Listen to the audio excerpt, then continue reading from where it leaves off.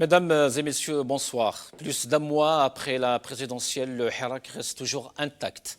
Comme chaque vendredi et depuis le 22 février 2019, des dizaines de milliers d'Algériens envahissent les rues de la capitale et de toutes les villes en Algérie. L'objectif de la mobilisation reste inchangé, mettre fin au système politique. D'autres revendications ont par ailleurs été scandées, comme la libération de plusieurs figures du Hirak.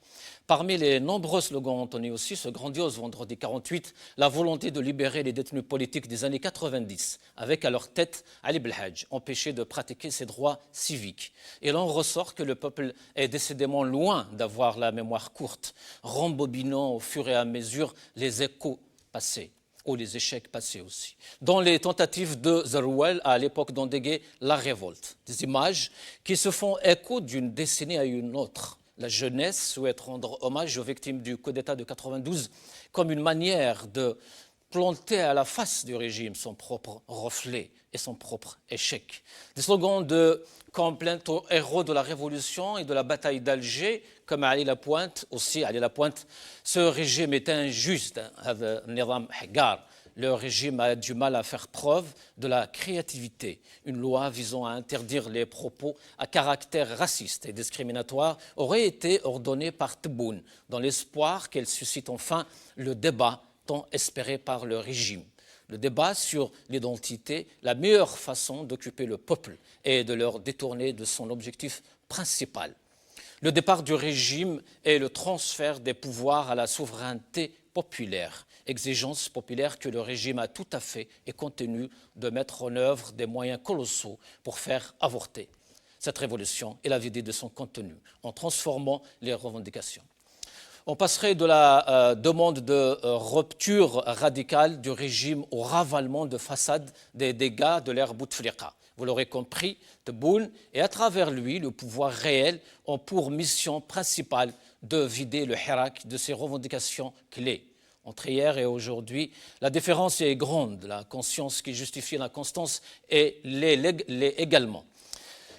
Quant à notre génération, de choisir entre la politique du mendiant bienheureux, de se voir offrir des miettes qui le maintiennent en étant toujours agonisante, ou bien hisser le regard au niveau du maître, lui faire apercevoir un regard nouveau, débarrassé des réflexes d'antan, et lui signifier que l'agonie est pire que la mort, et que la liberté ne tolère pas les aménagements. Le Hirak, il l'a comme un socle sur lequel nous marchons. Il nous porte autant que nous le portons. Ces exigences sont les nôtres. Son émergence historique a fait naître une conscience aussi historique. Sa disparition est impossible, car il est désormais un mental, il est désormais un vocabulaire et une culture. Nous avons affaire à un mouvement civilisationnel, porteur d'un projet de société moderne. En face, nous avons un pouvoir archaïque qui fonctionne encore avec le même logiciel et avec les mêmes vieilles ruses. Le Hirak a arraché au pouvoir quelque chose de très important, notamment le monopole des définitions. Ce n'est plus le pouvoir qui définit qui est l'Algérien. Ce n'est plus le pouvoir qui définit ce que c'est le patriotisme. Ce n'est plus le pouvoir qui définit c'est quoi l'ignorance. Ce n'est plus le pouvoir qui nous dit c'est quoi l'unité nationale. Ce n'est plus le pouvoir qui nous dit c'est quoi notre identité, c'est quoi notre religion, c'est quoi la démocratie et c'est quoi l'État. Écrivit aujourd'hui Rachid Oïs.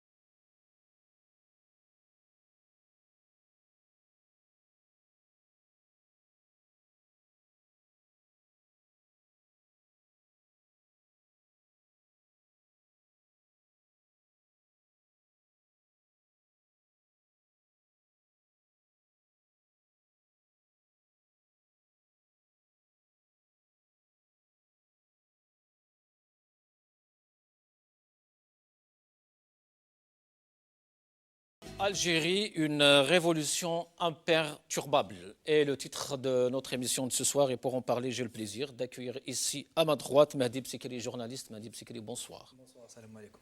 Wa alaykoum salam. Avec nous aussi Arab Azi, militant politique. Arab Azi, bonsoir, marhaba bik. Bonsoir Hussein, bonsoir Mahdi, merci pour votre invitation. Bonsoir à toutes les téléspectatrices et téléspectateurs d'El Magharibian. Merci à vous. Avec nous aussi depuis Alger, Badardine Galfa, cadre du FIS. Badardine Galfa, bonsoir, marhaba bik.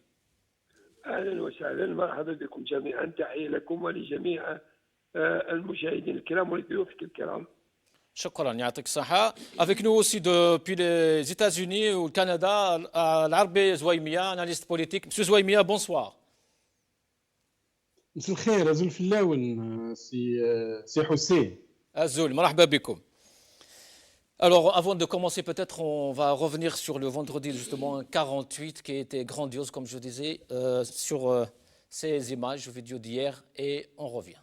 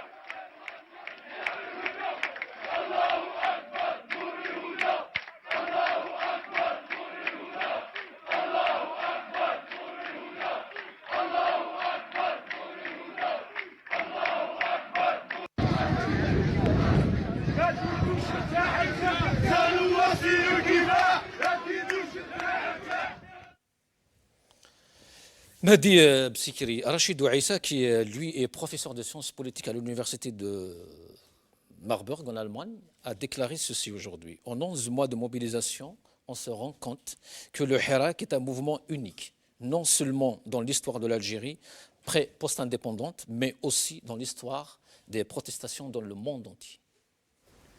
Alors, je dirais plus que ça. C'est-à-dire que le mouvement populaire, le Hirak de la révolution pacifique, est entré dans les annales de l'histoire de l'humanité. Ce n'est pas pour angéliser, d'accord, ce n'est pas pour donner des fleurs à quiconque, mais l'histoire enseigne qu'un mouvement populaire de cette envergure, un mouvement populaire avec ce cachet pacifique, et si on prend en exemple l'histoire contemporaine, c'est exceptionnel, d'autant plus que peu de gens s'attendaient à l'éveil de la société algérienne le 22 février avec un tel engouement et avec un tel dynamisme. On ne va pas se mentir, hein, on n'était pas nombreux à dire que le peuple algérien sortirait le 22 février avec une telle masse, avec autant de millions. Donc je pense que... Et durant 11 mois aussi. 11 mois, et c'est parce que c'est le caractère pacifique qui a permis au Hirak de la révolution pacifique de perdurer, pour la simple raison qu'on ne peut pas contester un mouvement populaire de cette envergure, et en même temps, il n'a donné aucune occasion au pouvoir pour le discréditer ou bien pour le décrédibiliser. Est-ce que ce n'est pas parce que ses objectifs ne sont pas atteints ? Non, écoutez, moi je pense que beaucoup d'objectifs du Hirak ont été réalisés. Moi je ne crois pas à la théorie de l'échec du Hirak. Après, que des gens le disent, on va dire que c'est leur droit, ça peut se débattre. Mais moi, personnellement, je dis que le Hirak de la Révolution pacifique a réalisé beaucoup d'objectifs. Il a acquis et arraché beaucoup de points.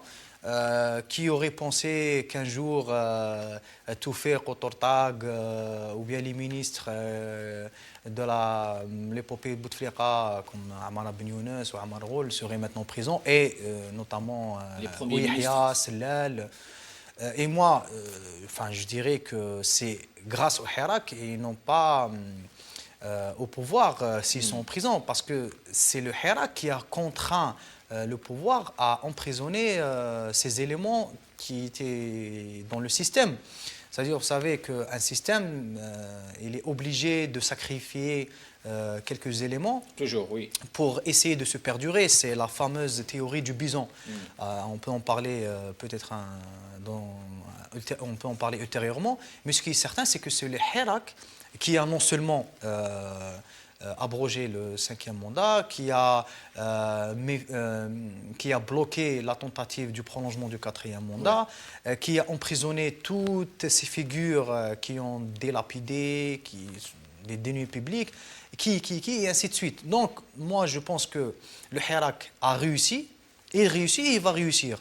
Et n'oublions pas qu'un processus révolutionnaire, c'est un processus cumulatif.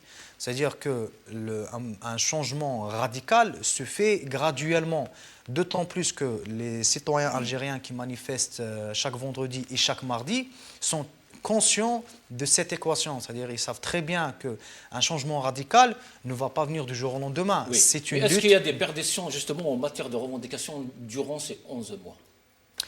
Non, là aussi, je n'y crois pas.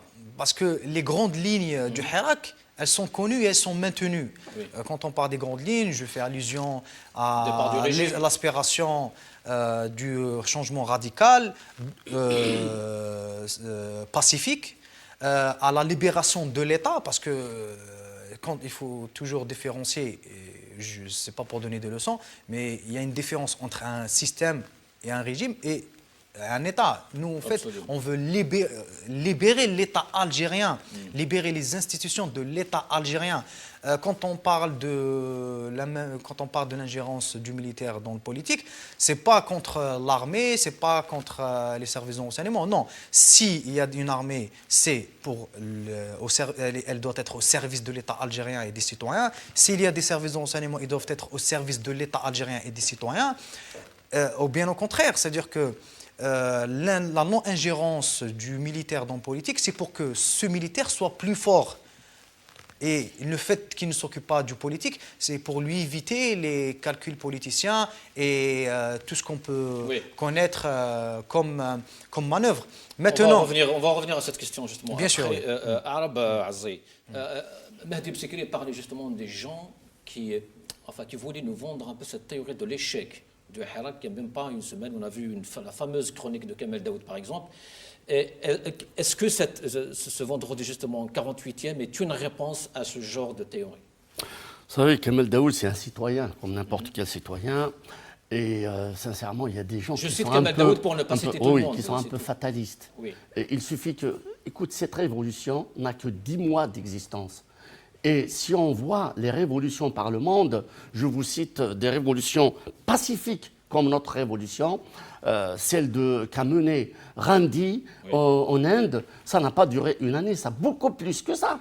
Donc pour libérer l'Inde, je crois que des exemples par le monde, il y en a des révolutions, et surtout quand une révolution est pacifique. Je crois que cette révolution pacifique, cette merveilleuse révolution, a suscité, je crois qu'il a suscité l'admiration du monde entier. Il a suscité l'admiration des grands de ce monde, à tel point des grands journalistes en France ou ailleurs ont proposé qu'il y ait, pourquoi pas, on n'attribue pas au peuple algérien le prix Nobel de la paix. Parce que c'est réellement un peuple qui mérite ce prix Nobel.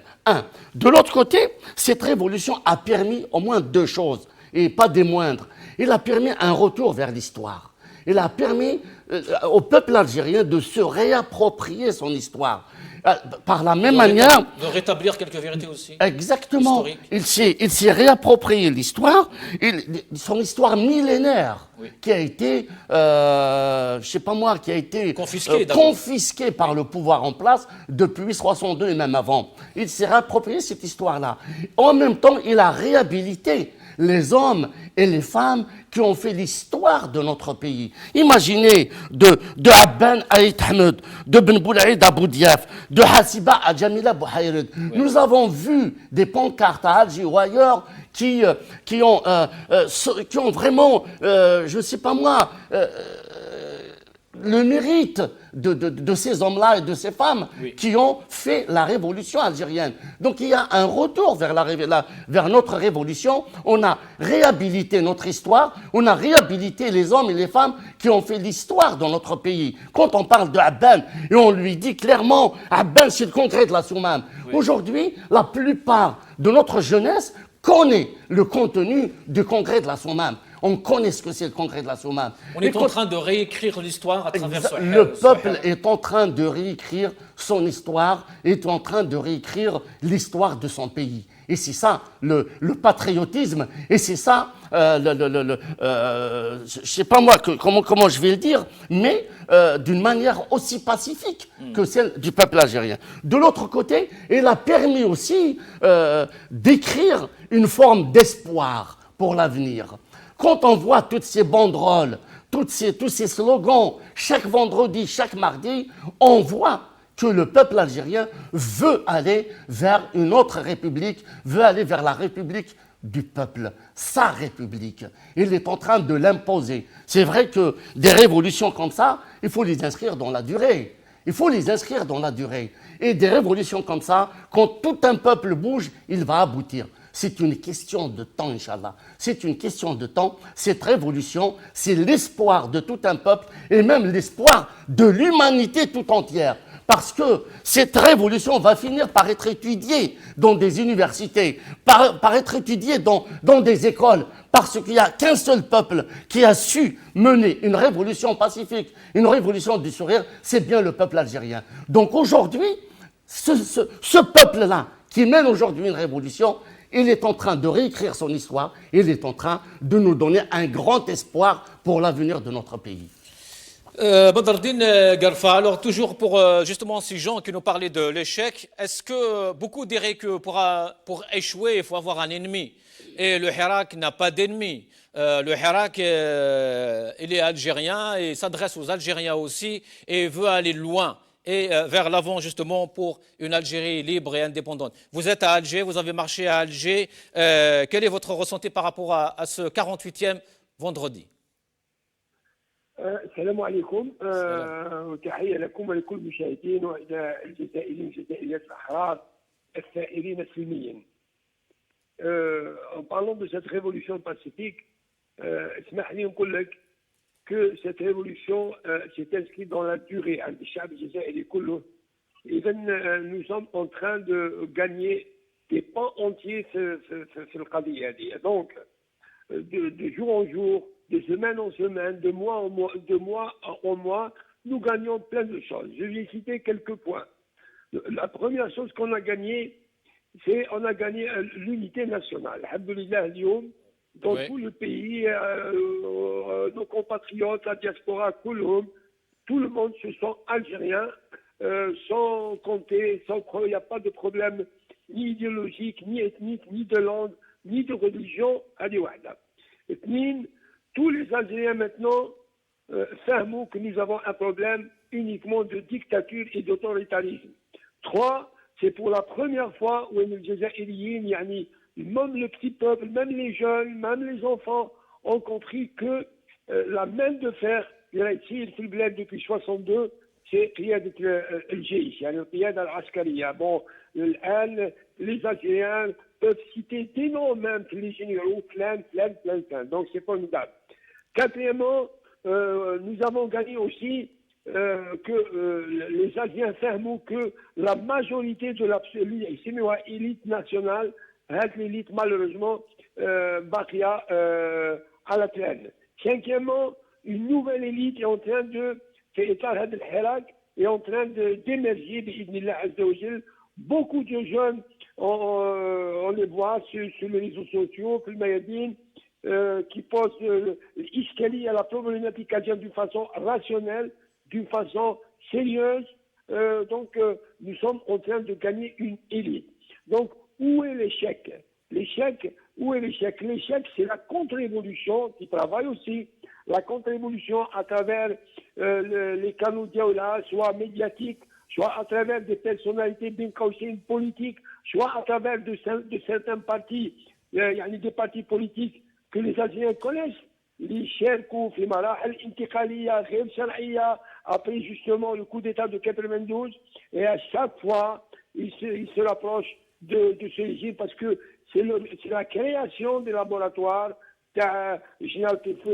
donc ils s'éloignent un petit peu pour le rejoindre encore une fois. Donc, alhamdoulilah, mieux que ça, les Algériens, je le sens, peut-être après on va en parler, continue Nedwa, à la les années 92, les Algériens non seulement. Monsieur Galfa, restez avec nous, on va revenir justement à ce sujet avec vous. Larbi Zouaimia, toujours donc sur ce vendredi, 48e vendredi, est-ce qu'on n'est pas en train de voir ce Hirak justement devenir un game changer, qui est en train de devenir un acteur politique en Algérie? Non. Nous sommes un peu partisans de l'autosatisfaction. Bon, il y a le Hirak. En matière de description, bon, c'est un mouvement pacifique, c'est un réflexe citoyen. Oui. Je ne suis pas un petit peu pour les dogmes, ni pour la révolution, ni pour l'histoire, ça ne m'intéresse pas ces affaires-là, parce que nous sommes dans un État, on veut construire un État moderne avec le sens d'un État moderne, un peu. On ne peut pas à peu près retourner à chaque fois à l'histoire, c'est ça le plus important. Maintenant, le Hirak, le pouvoir est là, le pouvoir est toujours là. Si vous dites que le peuple algérien mérite le prix Nobel de la paix, c'est vrai, il le mérite, mais les résultats, il n'y a pas de résultats jusqu'à présent. Le Hirak continue parce qu'on fait face à un régime rentier, difficile, et on affronte des situations nouvelles. Il ne faut pas oublier ça. Il y a des gens c'est la routine un petit peu qui crée un petit peu genre de prostration, de dégoût, de fatalisme, c'est légitime. Les gens ont le droit de dire le Hirak n'a pas, c'est normal ça, on peut pas devenir une Union soviétique. Le Hirak, c'est un mouvement citoyen exceptionnel. L'Algérie vit toujours quelque chose d'inusité et d'insolite. Nous avons vu par le passé des mouvements populaires, des protestations qui ont généralement été déclenchés par des coalitions de partis, par des leaders, et puis vous avez un Hirak qui il est comme ça, et c'est automatique, il est sur le pilotage automatique, personne ne le guide. C'est très important, nous faisons face à des situations nouvelles, on ne peut pas anticiper. Et c'est toujours c'est très important parce que nous avons gagné dans cette interaction citoyenne dans la rue, une école, une méthodologie d'action. Le plus important aussi, vous m'entendez? Oui. Le plus important est que les gens doivent débattre, les gens doivent donner des avis, il n'y a aucun problème, il n'y a aucun mal. Que Kamel Daoud a donné un avis, il n'y a aucun problème. Kamel Daoud, c'est un gars très intelligent. Bon, peut-être on ne partage pas certaines positions, mais c'est un gars très intelligent. Il est conséquent, et il faut le dire. Il a un avis parfois trop idéologique contre certains courants que je n'admets pas, mais Kamel Daoud a le droit de dire son avis, de rectifier comme ça, parce qu'on nous ne sommes pas les meilleurs architectes des mouvements de protestation dans le monde. Nous vivons des situations nouvelles. Et cette situation nouvelle a fait en sorte parce qu'on est maintenant en train de boucler le 11e mois de marche.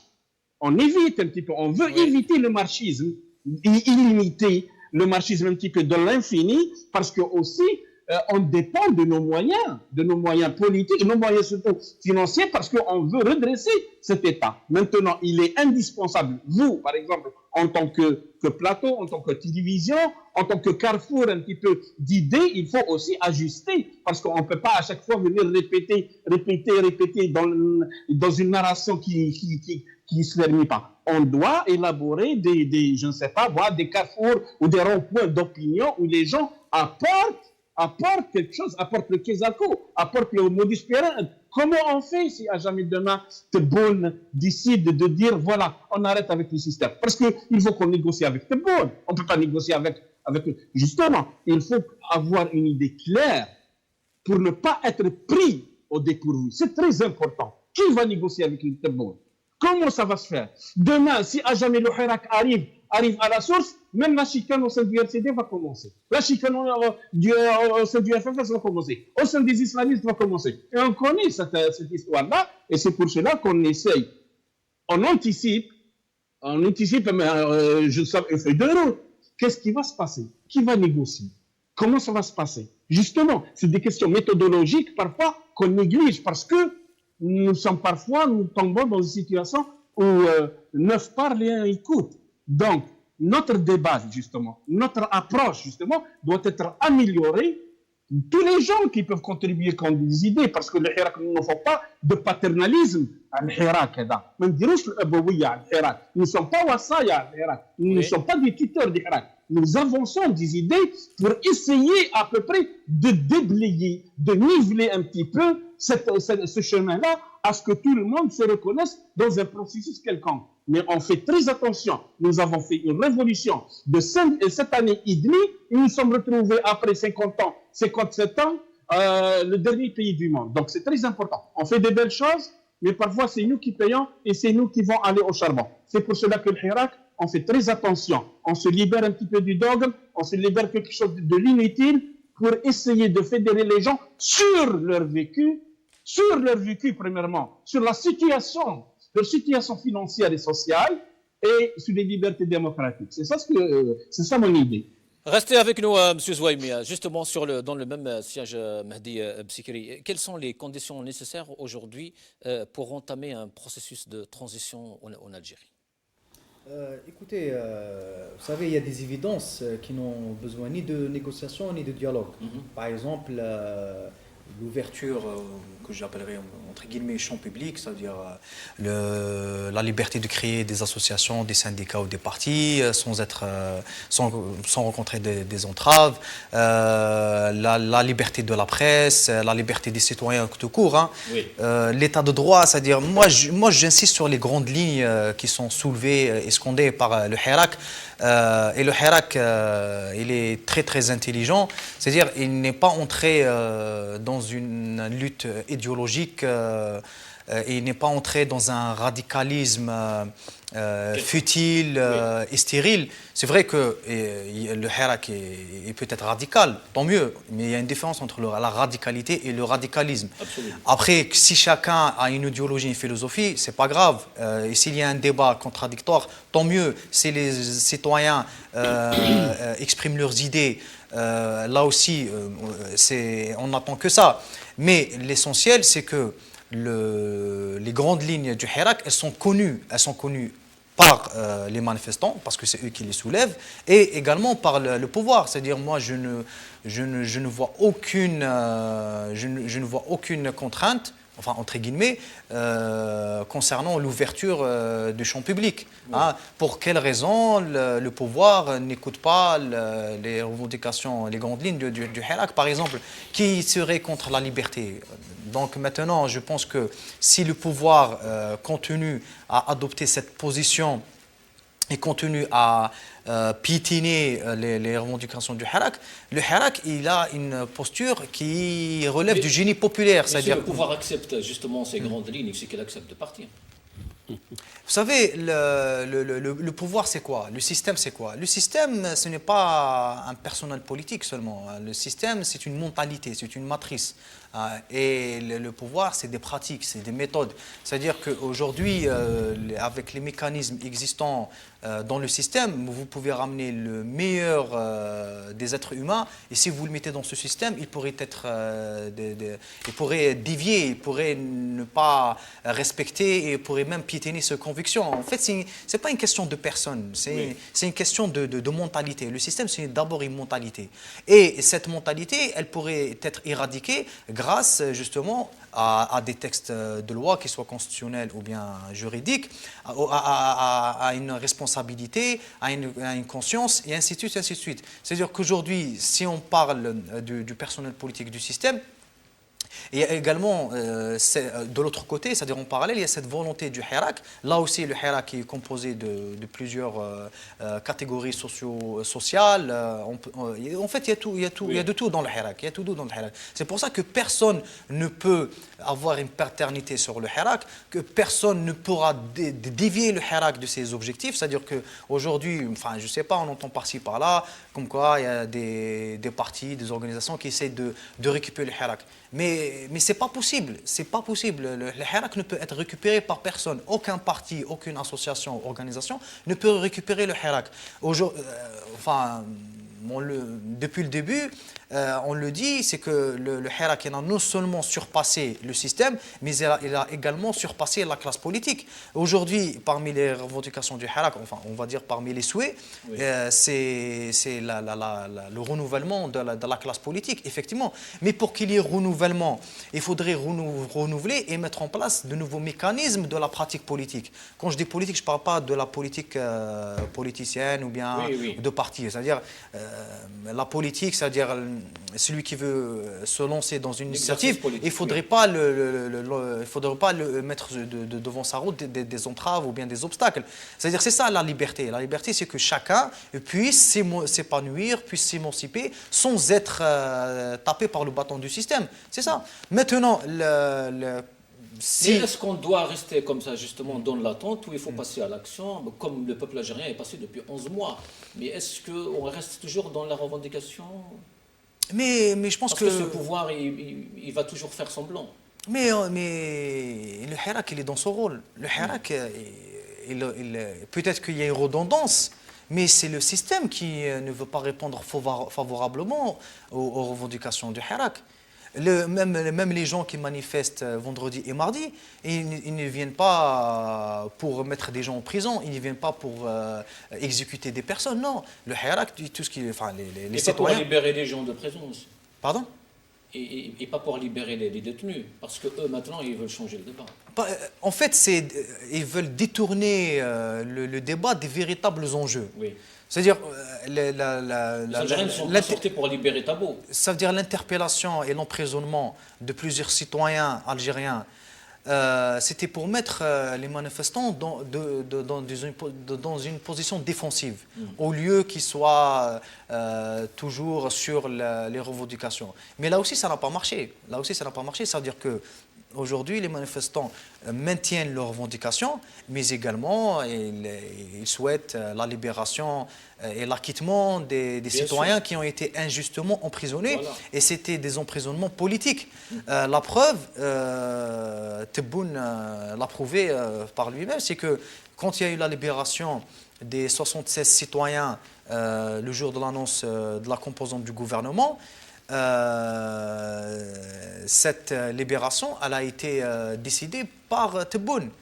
Et aujourd'hui, quand on parle de justice indépendante qui figure parmi les principales revendications du Hirak, l'indépendance de la justice, là aussi, on peut imaginer un mécanisme pour qu'elle soit réellement indépendante. Par exemple, aujourd'hui, le Conseil, la Constitution algérienne dit que le Conseil supérieur de la magistrature, il est présidé par le président de la République. Oui. On pourrait imaginer que le Conseil supérieur de la magistrature, il est présidé par un magistrat qui a été élu par ses pairs. Oui. On pourrait imaginer également que le président de la Cour suprême est élu par des magistrats. On pourrait également imaginer que le président de la Cour d'État est élu par des magistrats. Et tout ce beau monde est contrôlé et auditionné par le Parlement, par exemple. C'est-à-dire que s'il y a un pouvoir, en parallèle, en face, il faudrait qu'il y ait un contre-pouvoir. Que ce soit, c'est valable pour l'exécutif, c'est valable pour le judiciaire, c'est valable pour le législatif. C'est valable également pour la presse. On dit que la presse, c'est le quatrième pouvoir, mais la presse aussi doit être opposée à un contre-pouvoir. C'est-à-dire on ne va pas laisser la presse agir comme bon lui semble. C'est-à-dire que chaque pouvoir, en face, il y a un contre-pouvoir. C'est ça la distribution, l'équilibre et la séparation des pouvoirs. Et tout cela, c'est parmi les principales revendications du Hirak. Donc aujourd'hui, ce n'est pas le Hirak qui est dans une impasse, c'est le système qui ne veut pas répondre favorablement aux revendications du Hirak. Et pourtant, il y a des évidences, et elles sont simples à appliquer. Aujourd'hui, Abdelmajid Tebboune, qu'est-ce qui l'empêche d'édicter ou bien d'écrire et de rendre public des ordonnances présidentielles, d'accord, oui, pour mettre sur la touche ceux qui mettent des bâtons dans les roues. Par exemple, aujourd'hui, la police politique, on dit qu'elle est toujours agissante. Juste pour l'exemple, hier, il y a eu une dizaine de citoyens qui ont été interpellés et ils vont être présentés demain aux tribunaux. Et on lit par-ci par-là, après ça reste à vérifier, que voilà, c'est des clans au sein du pouvoir qui essayent de créer des obstacles à Tebboune, qui essayent d'entraver le travail de Tebboune. Ok, d'accord, ça reste à vérifier, mais nous, ça veut dire dans le domaine public, qu'est-ce qui nous intéresse? C'est que Tebboune, par des ordonnances présidentielles, pourrait mettre fin à la police politique. Tout simplement. Il peut même apparaître en public, devant les télévisions, édicter une ordonnance présidentielle pour mettre à la marge ceux qui, soi-disant, essaient de l'entraver. En fait, moi, tout ce que... Donc, vous pensez que Tebboune a vraiment ce pouvoir? C'est la Constitution qui lui donne ce pouvoir. Moi, en fait, je prends en considération les textes. D'accord. Aujourd'hui, il y a une Constitution. Cette Constitution, elle est pharaonique. Elle donne des larges prérogatives. C'est des larges prérogatives qui sont données tel un empereur. Donc, aujourd'hui, Tebboune, voilà, qu'il prenne son courage entre les deux mains et qu'il mette fin à la police politique, qu'il mette à la marge les personnes qui, soi-disant, après je précise, oui, ça reste à vérifier, je ne sais pas, qui mettent à la marge ces personnes qui essaient de l'entraver. Donc moi je pense qu'aujourd'hui, il n'y a pas besoin de dialogue ou de négociation concernant les évidences. Oui. Parmi ces évidences, c'est la liberté du champ public. Ça peut englober la liberté de la presse, d'association, de réunion, et ainsi de suite, création de partis, création de médias, et la liberté d'entreprendre. Voilà, je dis liberté avec L majuscule. Rien n'empêche le système de mettre et de concrétiser les revendications du Hirak. À la base, sur le même sujet. Sur le même sujet, je crois que quelles sont aujourd'hui les revendications du peuple? 2 ou 3 principales revendications. La première, Dawla Madaniya la Askariya, pour un État civil. La deuxième, c'est un État de droit. Donc vers une deuxième république. Oui, une nouvelle république. Une nouvelle république, ou une deuxième république. Oui. Donc le peuple aujourd'hui, c'est ce qu'il revendique depuis le 22 février 99. 22 février 2019. Et la réponse du pouvoir, au lieu d'écouter le peuple, qu'est-ce qu'ils ont fait? Ils ont essayé de reconstruire le système en place. Ils ont essayé de donner un semblant de démocratie et qu'en réalité, ils n'ont jamais été... ils ne se sont jamais souciés de la démocratie ni des revendications du peuple algérien. Donc aujourd'hui, on se retrouve dans une situation où le pouvoir veut encore pérenniser son règne et que le peuple est dans la rue. Heureusement aujourd'hui, le peuple s'est accaparé, je le dis. Il s'est réapproprié la rue, ça lui appartient. Alger était interdite à toutes les formes de manifestation. Aujourd'hui, le peuple manifeste bien à Alger. Le pouvoir n'a pas une volonté politique d'aller vers la satisfaction des revendications du peuple. Pour la simple raison, ils ne veulent pas perdre le pouvoir. Ils le savent. Si on laisse le peuple agir, on laisse le peuple décider, impossible que l'un d'eux serait à la tête du pouvoir ou serait à la tête d'un ministère quelconque. Donc aujourd'hui, on ne décèle pas cette volonté, même si Tebboune parle de dialogue, même si, en fait, Tebboune, il représente quoi? Tebboune est en train de mener des concertations en ce moment, justement, et à chaque fois qu'il concerte une personnalité, non, ça, c'est du cinéma. Il y a d'autres militants qui se font arrêter. C'est ce que disait peut-être On nous a habitués depuis 89 à ce jour. On nous a habitués par ces formes de pièces de théâtre. À chaque fois, on appelle des gens pour dialoguer et les résultats, nous les connaissons. Depuis 89, depuis 90 à ce jour, c'est le même système et c'est les mêmes personnes, c'est les mêmes façades civiles qui, derrière, en réalité, le même pouvoir réel qui est le commandement militaire. Donc, il n'y a aucun changement depuis 89. Et c'est pour ça, d'ailleurs, que le peuple ne leur fait pas confiance. Mais qui peut faire confiance à des gens qui ont dirigé le pays pendant 20 ans? On ne va pas aller plus loin. Pendant 20 ans, qu'est-ce qu'ils ont donné au pays? Pendant 20 ans, nous vivons une misère sociale. Nous vivons une crise multidimensionnelle. Nous vivons une crise économique, une crise sociale, une crise culturelle, une crise identitaire. Et du temps de Bouteflika à ce jour, ces gens-là, ils étaient tous avec Bouteflika. Et comment voulez-vous que le peuple puisse un jour faire confiance à des gens qui ont accompagné ou qui ont volé avec Bouteflika? Je crois que c'est impossible. Oui. Deuxièmement, on n'a pas vu une volonté du pouvoir d'aller vers un apaisement, d'aller vers de véritables négociations. Parce qu'il ne s'agit plus de dialogue, il s'agit de négocier le départ du système. Et comment négocier le départ du système? Oui. C'est, par exemple, en appliquant, il y a Mahdi qui a parlé de la Constitution, pourquoi ils n'ont pas appliqué l'article 7 et 8? Pourquoi? Pour la simple raison qu'ils savent pertinemment que si le peuple déciderait un jour, ils ne seront pas réunis. Ils ne seront pas, repris. Voilà. Il ne peut pas parce qu'en ce moment, il parle de changement. Et en ce moment, non, changement de constitution, c'est une autre façade. C'est une autre façade. Le peuple ne demande pas un changement de constitution. Il demande une autre république. Il demande une alternative démocratique. Et cette alternative, ça vient avec une nouvelle constitution. Changement de constitution, Bouteflika l'a fait 2 ou 3 fois. Et la dernière, c'était en 2016. Il a fait une constitution qui a fait de lui un pharaon, comme tu l'as dit. Il a fait de lui un pharaon. Et c'est ce que nous avons vu sur le terrain. Donc, comment aller justement concrètement, c'était ma question pour Mahdi, comment aller concrètement vers cette transition démocratique? Et est-ce que ce gouvernement actuel, le Tebboune, peut s'acquitter de cette tâche? Il y a des mécanismes. Pour aller vers une transition démocratique, il faut qu'il y ait des mécanismes. Ces mécanismes-là, ils sont connus de tous. D'abord, l'ouverture du champ politique, oui. L'ouverture du champ médiatique. L'ouverture du champ médiatique. Et oui, nous avons des otages. Tebboune va recevoir le 21 janvier tous les patrons des médias. On va voir ce qui va en sortir. On va voir. Parce que la réalité, il va les recevoir pour faire quoi? Est-ce que pour libérer la presse? Est-ce que pour libérer le champ médiatique? Moi, je ne crois pas. Parce que Tebboune, ce n'est pas lui qui gère. Le pouvoir réel, il est derrière les rideaux. C'est le commandant militaire qui gère le pays. Sinon, Tebboune ne serait pas là. Il ne serait pas président d'État. Est-ce qu'il va dire Magharibia, marhaba bikoum en Algérie? Je ne crois pas. Je ne crois pas. Le Magharibia les dérange.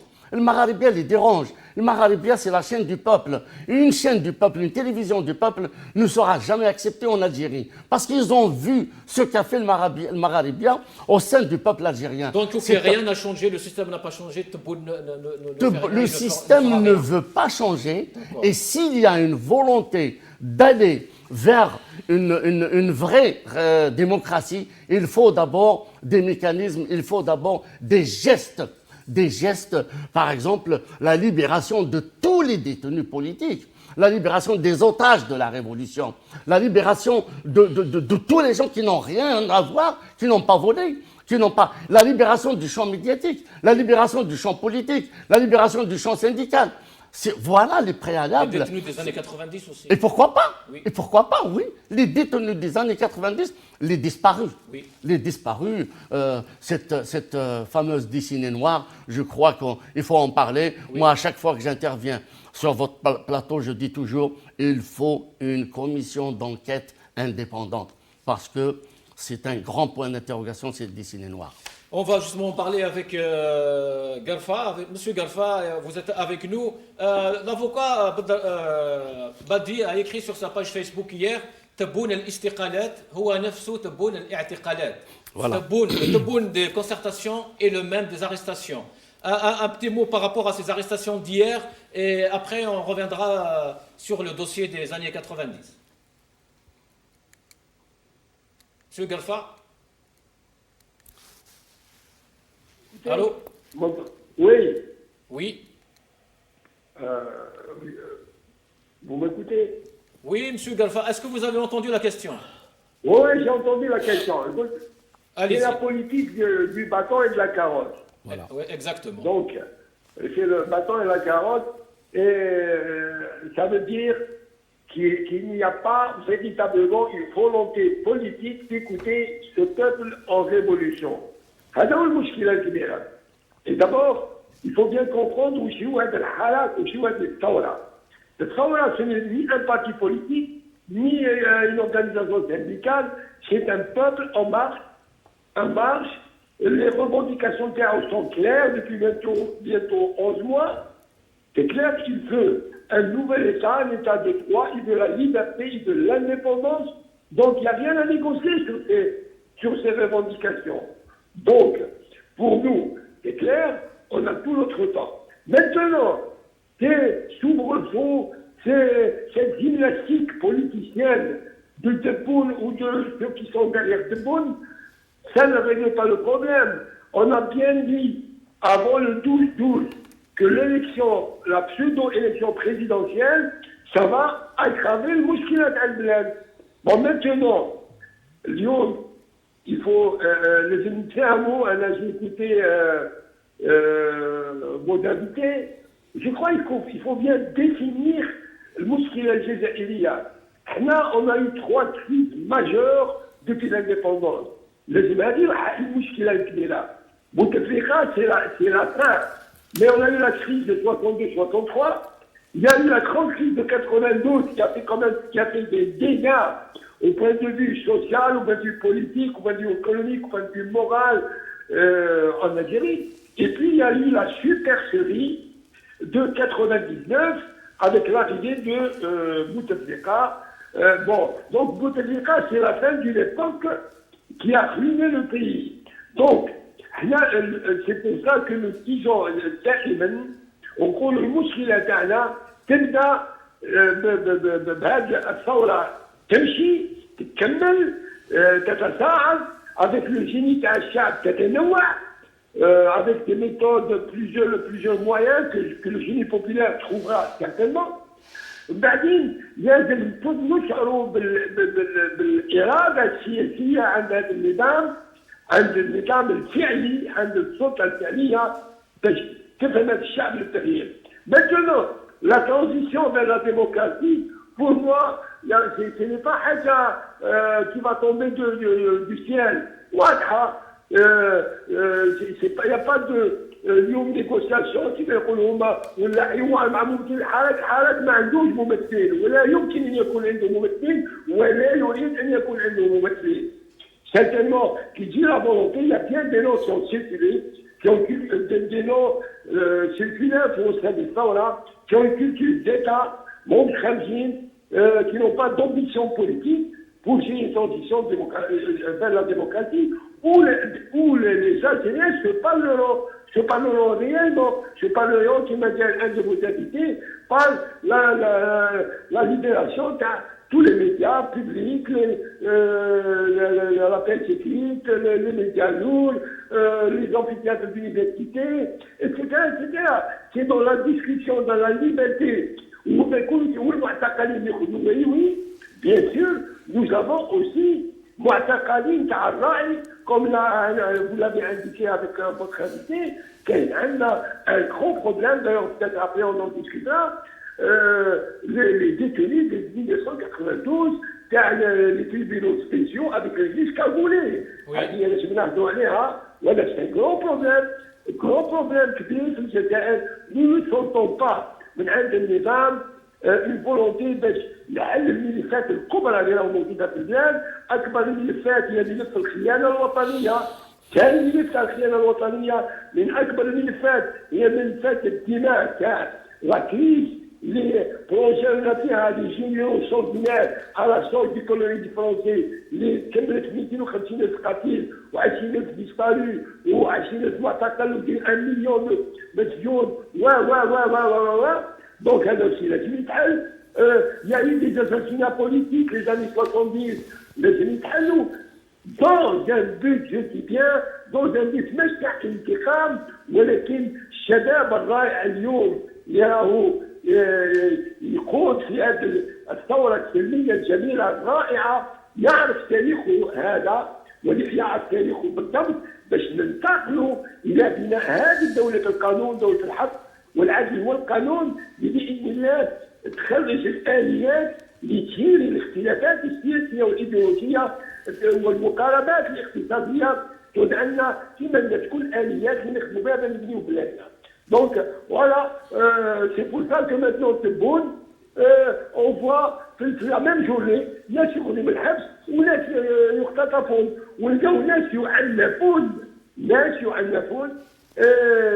في سي كونتراديكسيون ils veulent c'est la contre-révolution اللي قاعده تخدم باش تكسر هذا الحراك لكن جو بونس الشباب تاع اليوم وصل الى درجه من الوعي لي جينيراسيون القديمه راه نسون اكوتي دي سيمجينات اكوتي دي فام الجيريان باش لي زيدي بور ما يتيحوش لي زومبيسكات تاع لا كونتريبيوليسيون اللي حابه فعلا تكسر الحراك. واليوم رانا نشوفوا اون سي با كومون سا سفي مي مادام في تيان في معسكر في تعيده في بن عباس كاريمون سي لا ريبريسيون وين الناس ما تمشيش تخرج للحراك. ils ont essayé de faire ça à Annaba, à Bourg-Bourg-Allier, ils n'ont pas réussi.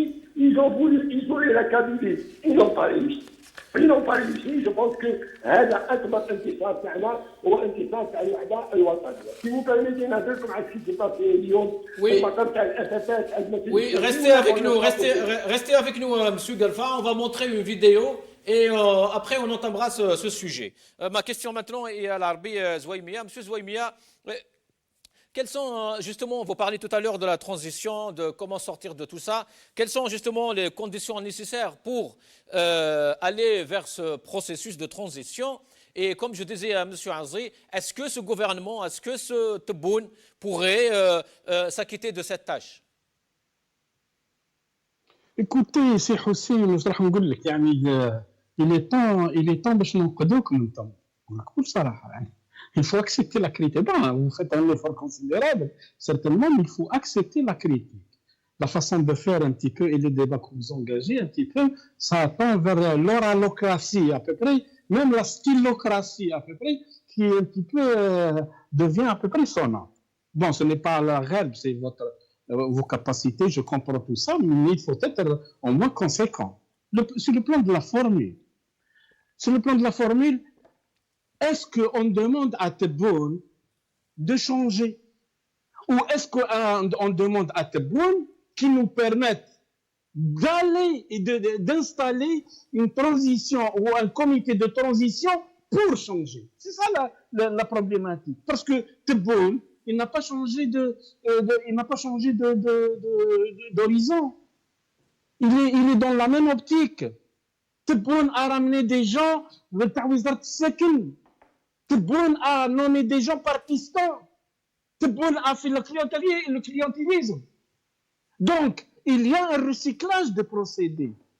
Maintenant, on demande à Tebboune de faire ceci et de faire cela et de faire ceci.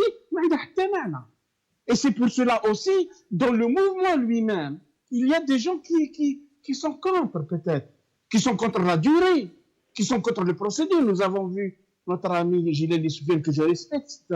Moi, je le considère comme un élément extraordinaire. Mais il ne faut pas aller dans le négatif en l'attaquant, en se comportant un petit peu comme les gardiens de l'ordre politique algérien. Justement, à un moment donné, on peut se poser la question. C'est normal, c'est légitime. Est-ce que le Hirak peut continuer avec à chaque fois renouvellement des slogans et entendre de le marxisme éternel? Ok, nous avons le temps, mais nous n'avons pas aussi le temps sur le plan financier parce qu'il ne s'agit pas d'une boutique, il s'agit d'un État et d'une république. Est-ce que le Hirak peut remodeler ou refaçonner ou je ne sais pas, modifier ses actions? Possible, justement, pour être plus offensif. Est-ce que 50e anniversaire, 50e semaine, on veut que le Hirak se dirige vers le Mouradia? Possible. Est-ce que dans le 22 février prochain, qu'est-ce qu'on va faire? Justement, la formule, c'est pas défini, c'est pas clarifié. En principe, on n'a pas demandé à Tebboune de nous faire l'I'lam, de lâcher le Tahdi'a. Il ne va pas lâcher le Tahdi'a parce que justement, il n'a pas le poids. Il est prisonnier des gens qui l'ont amené. Et maintenant aussi, l'institution militaire, et elle est en phase d'échauffement aussi, pour passer aussi dans la sphère politique, parce qu'il s'agit d'une autre personne qui est venue. Dans ce cas de figure, qu'est-ce qu'on nous dit? Parce que lui-même, il faut qu'il comprenne ce bourg. Qu'il comprenne, une fois pour toutes, qu'il n'y aura pas de clientélisme. لا رشوة الكليونتيليزم لا بن عمي يجيب لي ذر انايا يديرهم وزراء ça devient la République des gamins ou la République de la marée. C'est le Chebeb يجيب لي واحد mais ce n'est pas Chebeb ou la Chiab, je ne vais pas tomber dans l'agisme maintenant. Donc c'est pour cela que soit on demande à Tebboune de faire, soit on dit à Tebboune, le Hirak vous demande de quitter, vous négociez votre départ, et à ce moment-là c'est la nouvelle institution ou l'autorité ou le directoire transitionnel qui va décider et qui va déblayer. À ce moment-là, on peut dire qu'on est en phase de reconstitution de l'Algérie nouvelle parce que justement, il faut cette phase-là, ce hiatus, cet intermède, cette interface en vue un petit peu de mettre les assises d'une vie démocratique. Les débats maintenant des uns et des autres, il n'y a aucun problème. Bien, on ajourne ça. On ajourne ça jusqu'à au moins on fait les fondations, les fondements d'un espace démocratique, réellement démocratique, où il est permis à tout le monde, y compris les gens du fils. Il faut régler le problème. Y compris Salet Belhadj, il faut régler le problème. Y compris Ousmane. Mais on ne va pas aussi un petit peu, sinon les autres vont vous dire ça. Les autres vont vous dire ça. Vous parlez de Boumedine, sur le tableau, et les gens de Guelma, de Annaba, de ne sais pas, de l'Est et de Oran, sont fâchés. Pourquoi? Nous sommes un tribunal d'histoire. Nous voulons une Algérie démocratique ou déjà qui est différente complètement des années 50. Parce qu'on ne connaît pas les gens des années 50. On ne les connaît pas, là. On va trancher. Et c'est pour cela que la formule doit être définie. C'est pour cela que le Maghreb, bon, je propose, bien sûr, parce que vous avez un outil, vous avez une télévision, je ne sais pas, ou sur le plan socio-médiatique, au moins vous avez un poids parce que vous avez accompagné le Hirak à ce que ça se rectifie un petit peu, sinon on va devenir stéréo ici. Stéréo, ça se entend à chaque fois. C'est des milliers de personnes que vous faites passer. C'est très bien. Vous avez réalisé le débat. Vous avez fait des choses extraordinaires. Pour la première fois, on voit des gens qui interviennent de Béchar, de Maaskara, de ne sais pas là, et vous avez au moins coupé de la traditionnelle capitale qu'on doit prendre nos cartables pour aller à la capitale, ramener l'orientation politique, qui m'est Rousse Bekr. Et c'est pour cela qu'il est impératif qu'on parle formule. On dégage un petit peu, on sort un petit peu des concons et des épithètes politiques. On doit parler formule. Il faut que Tebboune comprenne c'est quoi le système. Et maintenant, le fragmentaire, le lacunaire, il dirait que, et puis c'est tout. Et c'est pour cela que j'estime nécessaire. Il ne faut pas se leurrer. On n'a pas trouvé des montagnes d'or pour régler les problèmes, surtout les problèmes sociaux. Et moi, je dis c'est une condition sine qua non. Oui. Elle est sine qua non. Elle est indispensable. Elle est primordiale. Parce que nous-mêmes, les gens qui ont des idées, c'est bien. Que ça se multiplie aussi, c'est bien. Mais qu'on doit être guidé par une scientifique moelle qui clarifie qu'est-ce qu'on fait en matière de méthode. Et c'est pour cela qu'il faut toujours discuter avec Gileli Soufiane, il faut qu'il n'arrête pas. Les gens se rectifient, les gens, justement, les débats. Parce que deux personnes, ils nous avons, c'est 30 ans de débat, du 24 jusqu'au 1954, attention. Nous sommes partisans de Boston.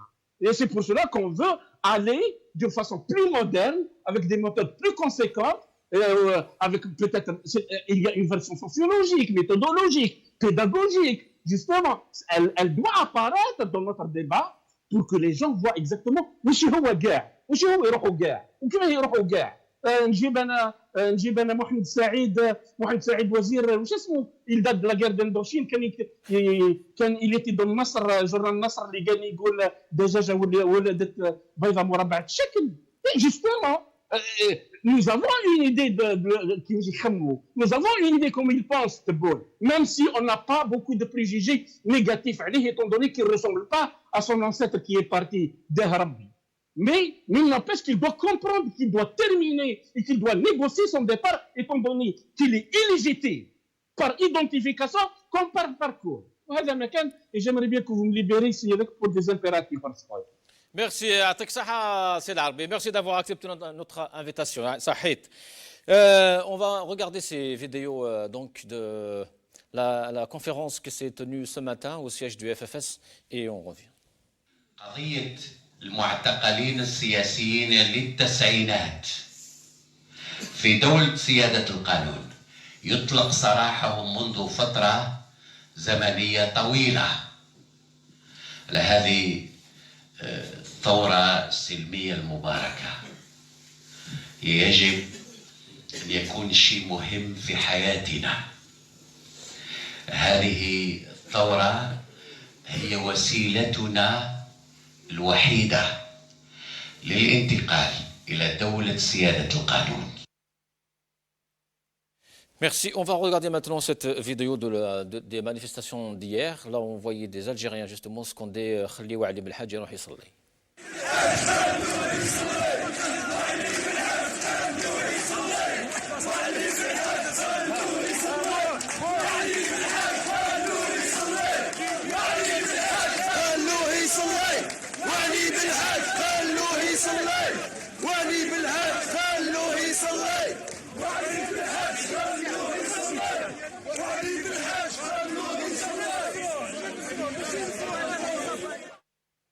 Mahdi Bsikri, Wa'ali Belhadj, Khaliouhi Salli, ce n'est pas là un préalable aussi justement pour aller vers ce changement? Ce n'est pas une petite garantie que se demande ce peuple? Justement, je pense qu'il y a eu un malentendu. Moi, tout à l'heure, je disais que le Hirak, il est dans son rôle. C'est-à-dire que tant qu'il y a cette dynamique populaire, c'est parce que les revendications qui sont soulevées chaque vendredi et mardi, c'est à partir d'une constatation, d'une observation, c'est-à-dire que la partie en face, c'est-à-dire le système, il n'a rien fait, il n'y a pas de volonté politique. C'est pour ça que le Hirak, il est sans concession. C'est pour ça que le Hirak, il est imperturbable. Oui. Donc, si quelqu'un constate qu'il n'y a pas de volonté de la partie adverse, forcément, il n'y a pas de confiance. C'est pour ça que je disais que le Hirak, tant qu'il maintient les manifestations du vendredi et de mardi, et tant qu'il maintient et tant qu'il soulève les revendications principales, c'est-à-dire les grandes lignes, c'est-à-dire quand je parle de grandes lignes, c'est-à-dire qu'il n'y a pas d'idéologie, il n'y a pas de... Voilà, il n'y a pas de... C'est-à-dire, c'est pas pour faire plaisir à tel parti ou à telle organisation, non. Oui. Les grandes lignes sur lesquelles il y a une convergence de la plupart des citoyens algériens. C'est-à-dire la majorité des citoyens algériens sont d'accord pour qu'il y ait l'indépendance de la justice, la séparation et l'équilibre des pouvoirs, et ainsi de suite, pour qu'il y ait les libertés d'association, de réunion, de la presse, et ainsi de suite, la liberté d'entreprendre. Oui. Ça, c'est les grandes lignes du Hirak. Et la majorité des Algériens sont pour, effectivement. Mais tant que le système ne démontre pas une volonté, forcément... Le Hirak, il ne va pas accepter les manœuvres de ce même système. Et en même temps, ce que je veux dire, c'est que ce n'est pas que le Hirak demande à Tebboune. Non, le Hirak veut la concrétisation de ses aspirations, que ce soit Tebboune ou quelqu'un d'autre, que ce soit le gouvernement actuel ou bien le gouvernement qui viendrait après. Vous savez, en fait, il y a beaucoup de gens... Vous savez, on n'a pas tous la même vision, on n'a pas tous la même perception des choses. Aujourd'hui, par exemple, en Algérie, il y a des gens qui sont pour une assemblée constituante, d'autres qui sont pour une période de transition, d'autres qui sont pour des réformes, d'autres qui sont pour un changement radical dans les médias, d'autres qui disent que ça va se faire graduellement. Après, c'est pas grave, c'est pas grave. Le plus important, c'est de permettre à toutes ces composantes de la société de s'exprimer librement. Nous avons remarqué pendant les derniers mois, surtout à partir de mars, le concept d'assemblée constituante a été diabolisé par le pouvoir, alors que ce n'est qu'un concept politique parmi tant d'autres. Oui. Et pour permettre la liberté d'expression à toutes ces composantes de la société, et bien évidemment, ça passe il y a des vecteurs, entre autres l'audiovisuel. Aujourd'hui, l'audiovisuel, les chaînes de télé qui reçoivent des injonctions, ce n'est pas normal. Et je précise, j'insiste pour dire que personne ne demande à Tebboune ou à X ou à Y. Non, les gens veulent le concret. Les gens veulent le concret. Et tant qu'il n'y a pas ce concret, tant que les grandes lignes du Hirak, qui n'ont aucune couleur idéologique, ne sont pas appliquées et ne sont pas mises en pratique, forcément, il n'y a pas de confiance. Et le Hirak, il a raison de maintenir cette radicalité. Je ne parle pas de radicalisme. Il a raison de maintenir cette dynamique. Maintenant, pour les libertés, vous savez quoi, l'état de droit, ce slogan qui est soulevé à chaque manifestation, vendredi et mardi, c'est ça le plus important pour nous, parce qu'il y a cette convergence, et cette convergence suprême sur l'état de droit. Effectivement, quand il y a la consécration de l'état de droit et de justice sociale, c'est-à-dire dawlat al-haq wal-adl wal-adala, effectivement, tout le monde serait d'accord. Personne ne serait contre le fait qu'on opprime ou qu'on brime tel ou tel citoyen, quelle que soit sa philosophie, quelle que soit son idéologie, quelle que soit sa tendance, quelle que soit sa couleur, quelle que soit sa région, quel que soit son statut socio-professionnel, et ainsi de suite. C'est ça le plus important. L'état de droit, si on arrive à maintenir cette revendication, eh ben, je pense que c'est déjà une victoire. Ce qui est déjà, c'est vrai, hein, nous constatons que le concept de l'état de droit, il est soulevé depuis le 22 février. Ouais. Et effectivement, c'est-à-dire, comme on dit, Ibn Khaldoun, il dit Ad-Dulm mu'addin bi kharab al-umran. C'est-à-dire quoi? C'est-à-dire quand il y a l'injustice, eh ben, un État il est faible. Mais quand il y a la justice, il y a un autre proverbe, c'est al-adl assasul mulk. Quand il y a une justice, quand il y a l'adl, quand il y a l'équité, c'est ça la force d'un État. C'est ça la force d'un État. Parce que nous militons pour la libération de l'État des griffes d'un système qui ne veut plus comprendre que l'État algérien appartient à tout le monde. C'est quoi un État qui s'acharne contre une personne comme Ali Belhadj? Non, c'est le système qui s'acharne. Parce qu'en fait, l'État, il est pris en otage. Il faut insister, il y a toujours des nuances. Il y a toujours des nuances qu'il faudrait toujours rappeler. Malheureusement, l'État est au service du système aujourd'hui. Parce qu'un État, d'accord, qui garantit l'État de droit, الدولة التي تضمن دولة الحق والعدل والعدالة, يكون وش عندك. Peu importe les citoyens, peu importe l'idéologie du citoyen ou de la citoyenne, peu importe sa philosophie, il y a la liberté, elle est garantie.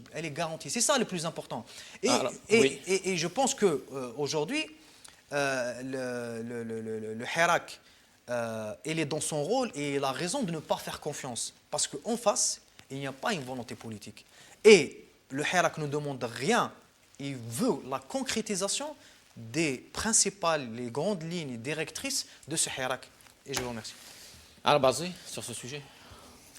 Je ne sais pas si vous vous souvenez, parce que je vais parler d'abord des prisonniers du prisonnier politique, des disparus depuis les années 90 à ce jour. Parce que le FFS, il a toujours organisé des rencontres avec les familles de disparus.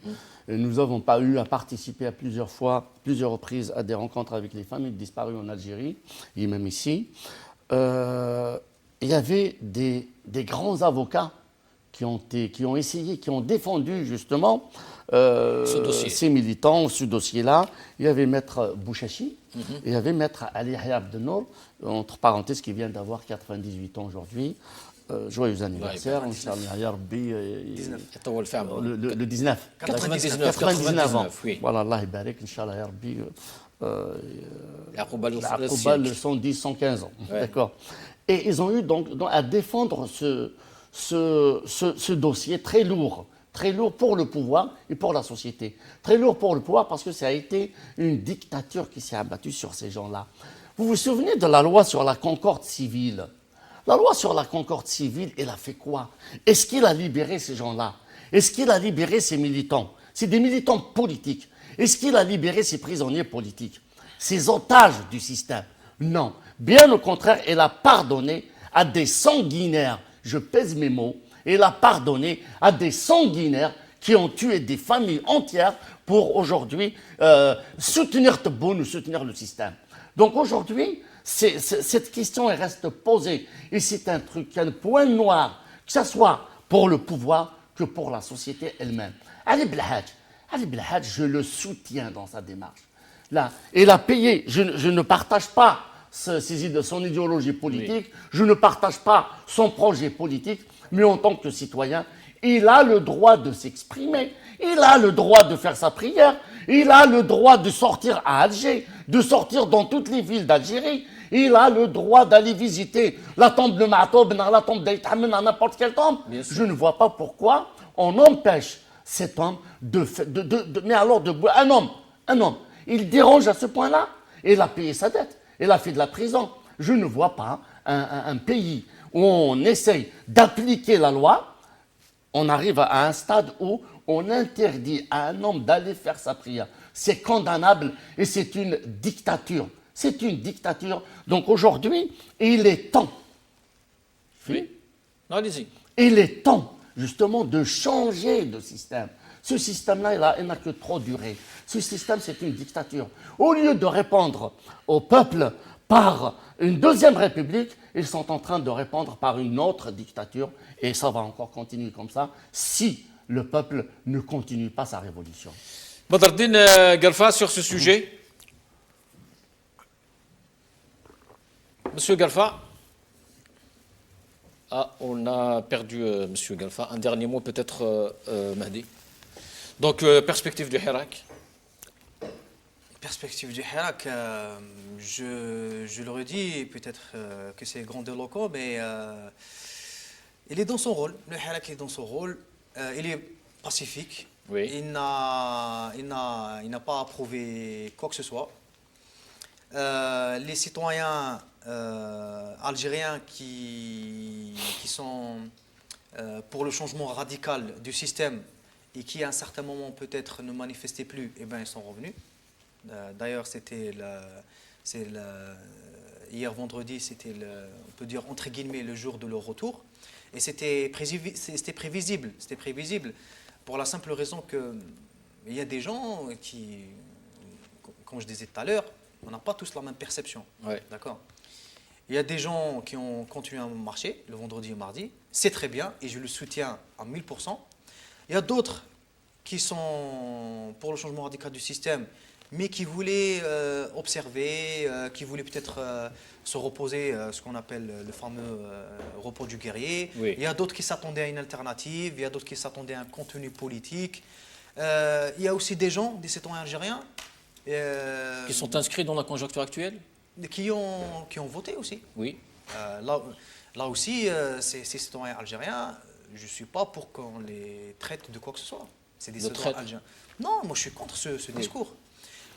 Moi, par exemple, je suis pour qu'il y ait un débat contradictoire, un débat contre-argumenté, mais pour qu'on accuse tel ou tel de traître, pour qu'on accuse tel ou tel de vendu, c'est un discours que je refuse et je refuserai. C'est ma position. Ce n'est pas dans le projet de l'Algérie de demain. C'est contre l'état de droit. Oui. C'est contre l'état de droit. Chacun il a sa perception, chacun il a la liberté de faire quoi que ce soit. Maintenant, le plus important, c'est que il faut accepter la critique. Et s'il y a une erreur, elle doit être assumée, mais sans que X ou Y ne soit traité de vendu ou de traître. Merci. Je finirai avec cette belle phrase de Houari Adi. Justement, le Hirak est puissant par plusieurs facteurs. Son nombre, des centaines de milliers de manifestants, son pacifisme, son unité autour d'un objectif commun, la maturité des slogans, son encadrement informel, le rôle des étudiants par exemple, son ancrage dans le passé anticolonial, et enfin sa conscience nationale, Mzabi, Chaoui, Qbaili, Arbi, Kulna, Ouled, Amiroch. Le match est parti pour durer. Pour l'instant, le score est Hirak 48, pouvoir exécutif 0. Alors, un dernier mot. Un dernier mot, merci beaucoup. Je crois qu'il y a un débat sérieux qui est lancé dans la société. Il est lancé par cette révolution. Pour une deuxième république, pour une Algérie des droits. Et il appartient au pouvoir, justement, de tenir compte de ça et de savoir utiliser cette revendication pour sauver l'Algérie. Dans le cas contraire, à chaque fois qu'il y ait un vrai problème, il répond par de fausses solutions, eh ben, on va encore continuer la révolution. Le peuple ne va pas s'arrêter là. Je vais finir, Hussein, par, vous savez ce qu'a dit Didouche Morad, Dédouche Morad, voir la jeunesse de cette révolution. Dédouche Morad, exactement, il était décédé, je crois, le 18-1-55, c'est ça. Il n'avait pas encore 28 ans. Il n'avait pas encore 28 ans. Il avait dit, si nous venons à mourir, défendez nos mémoires. Je crois que la mémoire de Dédouche Morad aujourd'hui, qui est dans le Hira, qui est dans la révolution, la mémoire de Dédouche Morad, c'est de défendre le congrès de la Soumam, c'est de défendre l'Algérie nouvelle. Merci Arnaud Bazi, merci Mahdi Bsikri, merci Badardine Galfa, merci l'Arbi Zouaimia, merci à vous toutes et à tous. Salam alaikum, qima din hana.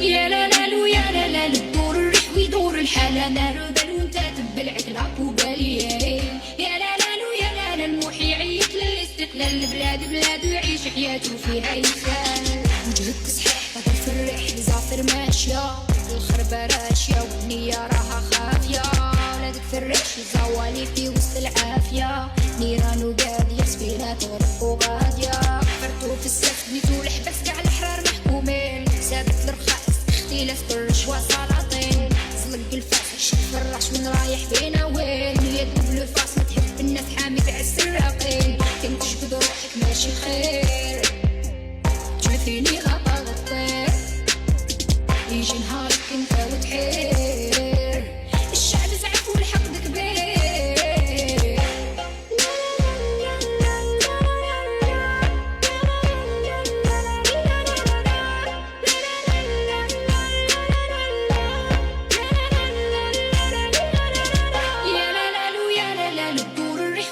الحالة نار بال وانت تبلعك العقو بالي يا لا لا لو يا لا لا المحي يعيط للاستقلال البلاد بلاد ويعيش حياته فيها يسال يا لا